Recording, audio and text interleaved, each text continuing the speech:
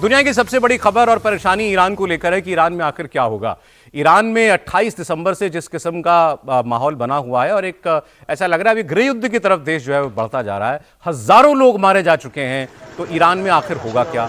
Iran के जो supreme leader है अयतुल्लाह अली खमेनी, वो उनकी तरफ से बार बार ऐसे संकेत आ रहे हैं कि कुछ भी हो जाए, चाहे देश में कुछ भी करना पड़े, लेकिन सत्ता से वो जाने वाले नहीं हैं। उनके ऊपर आरोप कत्लेआम का लग रहा है। दावे तो अब जो हैं हजार मौतें हो गई, कोई 2000 कह रहा है, 20,000 तक के आंकड़े कोई देने वाले भी लोग हैं, लेकिन 2000 तो एक किस्म से एक ऑफिशियल आंकड़ा है, क्योंकि ये ईरान की एक एजेंसी ने जारी किया कि 2000 लोग तो मारे जा चुके हैं कम से कम इन 28 दिसंबर से आज 14 जनवरी, मतलब इन 17 दिनों के अंदर।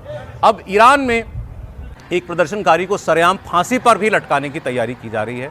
इरफान सुल्तानी नाम के प्रदर्शनकारी को आज हिंसा और भड़काने के आरोप पे सरेआम चौराहे पर फांसी दी जा सकती है, और अगर ऐसा होगा, जो होगा ही क्योंकि इसका ऐलान किया गया है सरकार की तरफ से, तो उसकी तस्वीर भी जारी की जाएगी कि ऐसा हुआ।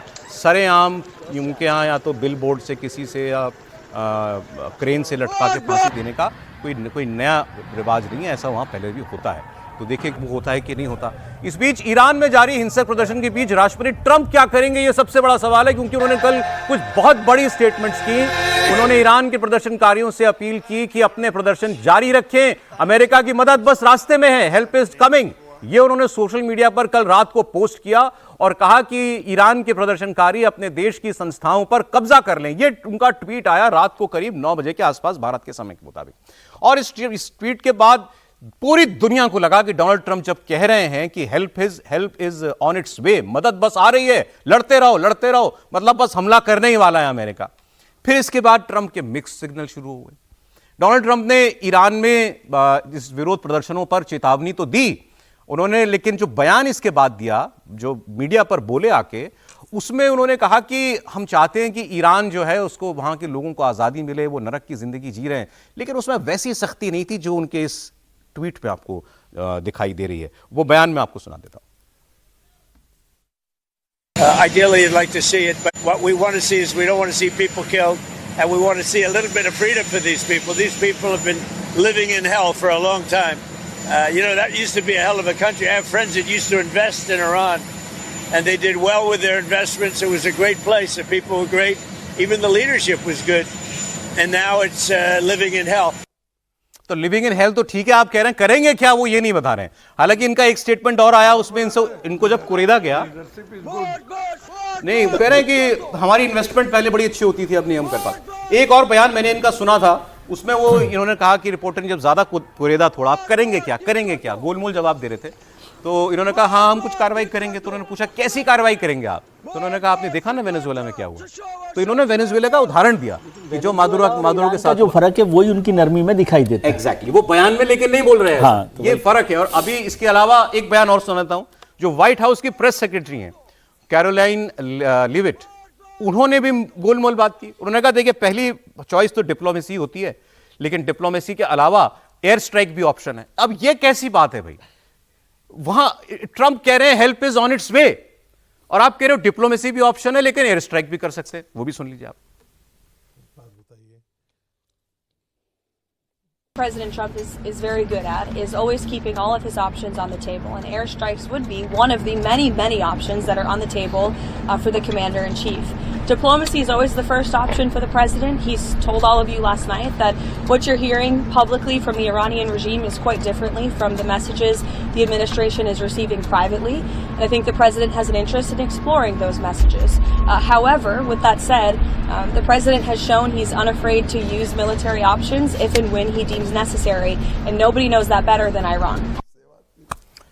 तो इन्होंने कहा डिप्लोमेसी भी ऑप्शन है और एयर स्ट्राइक भी ऑप्शन है। अब एक और खबर आई रात को जिससे लगा कि अब जरूर कुछ बहुत बड़ा जल्द होगा।